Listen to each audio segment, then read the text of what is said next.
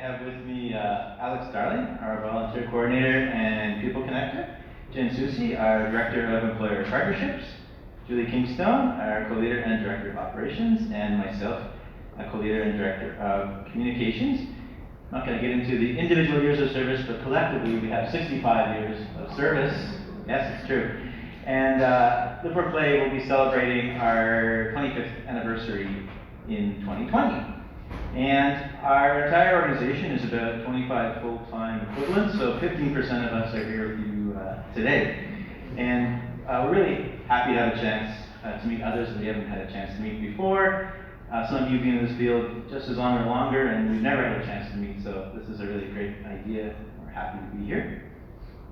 So this is a page full of stats that we provide for you to read when the presentations are sent around after today's gathering. But the long and the short of it is we provide direct support in one way or another for about 200 people with intellectual disabilities and related labels every year. Some that we've supported and will continue to support for decades, and others that might only need or want our help for a shorter period of time.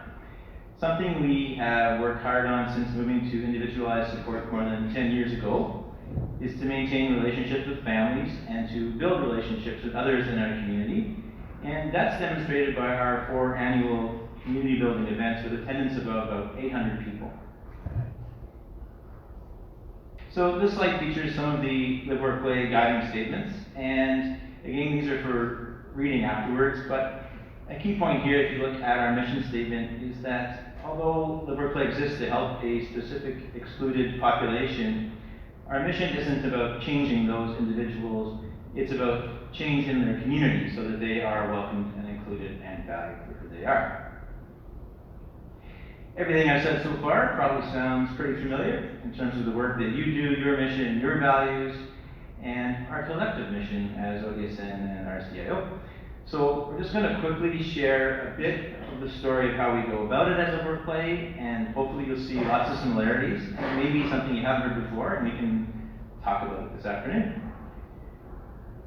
So this next busy slide is for future reference about some of our important influences. Whether you find LiveWorkPlay exciting, annoying, whatever the case, this is the list of some of the people responsible for that, so you can blame them or thank them. So like Helen Sampson Associates, I know many of us participated together in the person-centered training course, so that's one of our influences. Al Condoleezza, who talks about social capital, which other people have mentioned in different ways all morning long. So the number of relationships and natural relationships in people's lives is being important.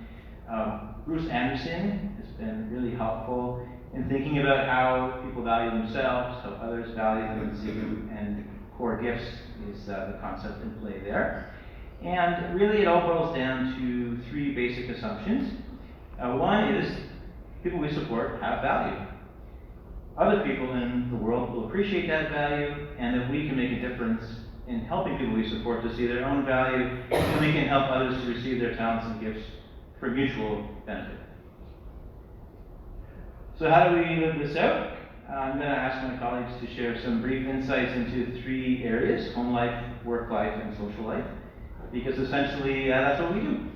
We help people have a home of their own with the supports they need for success.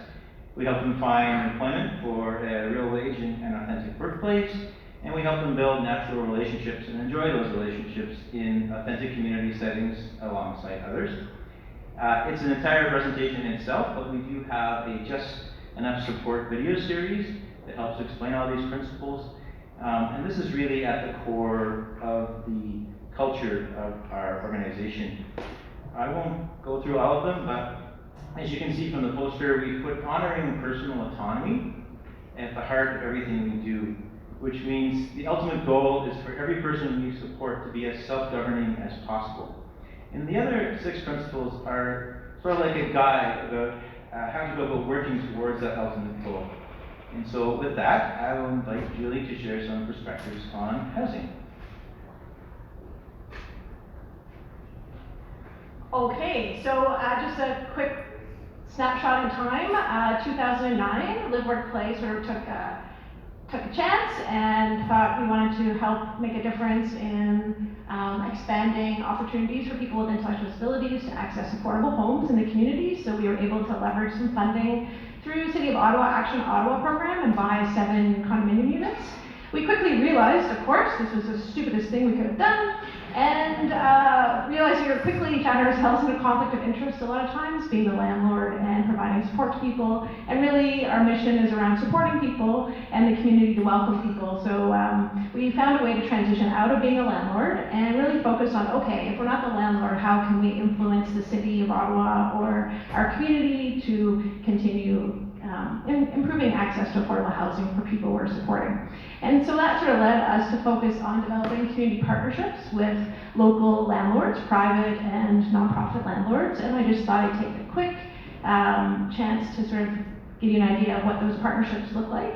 Right now, we currently support about 45 people living in homes of their own, 20 of which live in scattered units across 3 communities, well, 3 landlords, nonprofit landlords, including CCOC, which is Centertown Citizens Ottawa Corporation, Hippian Housing, and Multi-Faith Housing Initiative. The other 25 folks that we support are scattered with, are living in apartments, rental and ownership arrangements with private landlords and/or ownership opportunities. And so what we've learned about the developing partnerships with local landlords and with nonprofit housing providers is not just looking at it from a perspective of helping people access units, but as an organization, how can we be a value add to those organizations? So one way we have been a value add is actually helping different housing providers, being part of their funding applications as a partner, which helps them gain points in the application and proposal process to be more successful in the long run. Also accessing funding that those entities might not otherwise be able to access. So funding, we've helped leverage funds to help Multi-Faith Housing Initiative, for example, put in community benches, a community garden, and host community development activities in their neighborhoods and communities. Also, the third way that we're a value add is just helping landlords navigate often problem solving with tenants with intellectual disabilities, not to take on their role as landlords, but to help them figure out ways that they could go about more successful long-term relationships with tenants. And in terms of supporting individuals who are living on their own, of course, just like many of you in the room, you support people in very practical ways with cooking, laundry, budgeting, whatever the person needs. With our staff, we try to frame their roles in addition to those providing support for those things, really to help. It's an opportunity to learn about each individual they're supporting, what their gifts and their talents and their interests are, and really help them broaden their worlds. Whatever makes sense for them, of course, but whether it's deepening natural relationships, opportunities for employment, or participating in mainstream community activities, whether that's joining their local gym, or a club, or a class, or whatever it is that they want to do in the community, just really broaden and deepen their relationships and participation. One thing that we've become more and more interested and curious about, because we all know providing support to people in their home can be pretty intrusive, that really we want to try and find ways to be less intrusive in people's lives. And so we've been really trying to explore and better understand and experiment with technology. So how can voice assistants like a Google Home or an Amazon Echo or Dots or any of those voice assistant technology really help people live lives more autonomously, as well as looking at things as simple as keyless entryways, as well as medication dispensers are some things that we've been experimenting with over the last few years. Some have worked really well, others, for some people have worked really well, not for everybody, but those are some of the things that we're more and more curious about. Not being less involved, but just supporting people in a different way around focusing on helping people learn and grow and just being in the community the way they want to be and forming deeper relationships with others. I'm going to hand it over to Jen to talk about employment. Okay, so I have probably less than 2 minutes. Hi, everybody. So just to share with you about our employment supports at LiveWorkPlay. We became an ODSP employment supports provider in April 2017. And so in the past year or so, we've had 65 job starts.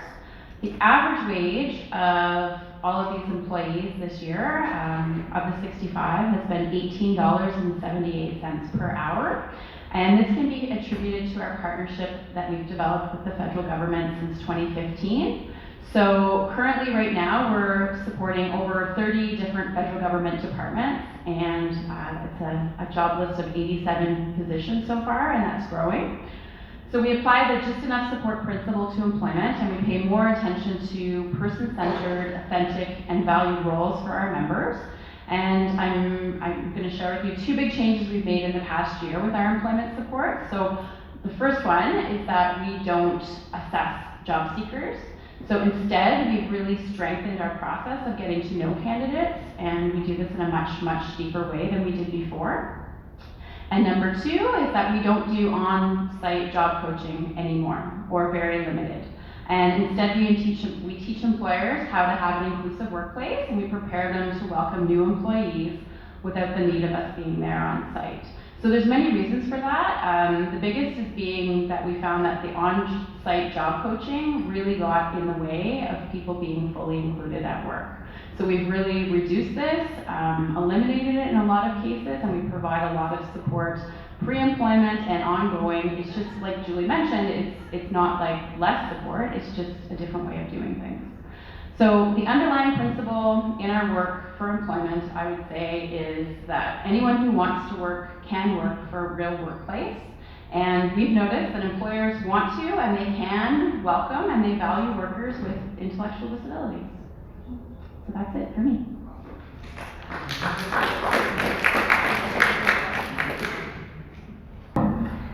So relationships are hard regardless of disability, and we often find that the people we support have a lot of paid people in their lives and not a lot of just natural relationships, and I know Citizen Advocacy talked a little bit about that as well, but this is where we can help. We have over 150 volunteers divided between 2 main initiatives. So we have 6 to 10 activities happening every Friday, things like movies, theater, dinner, sporting events, festivals, whatever events are going on. And these are things where volunteers and our members can go out, connect, and get to know each other and meet new people.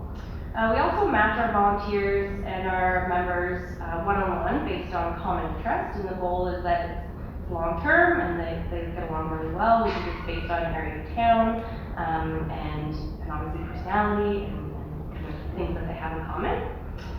We have matches that have been hanging out for 7+ years, and the goal is that they again, they get to know each other really well, and they connect in a way that goes beyond what we organize and help them with, developing into meaningful and lasting relationships. Both of these initiatives have kind of developed and started in a way that's, us organizing it, but it's come to a point where people are hanging out outside of what we do as well, outside of the activities that we start.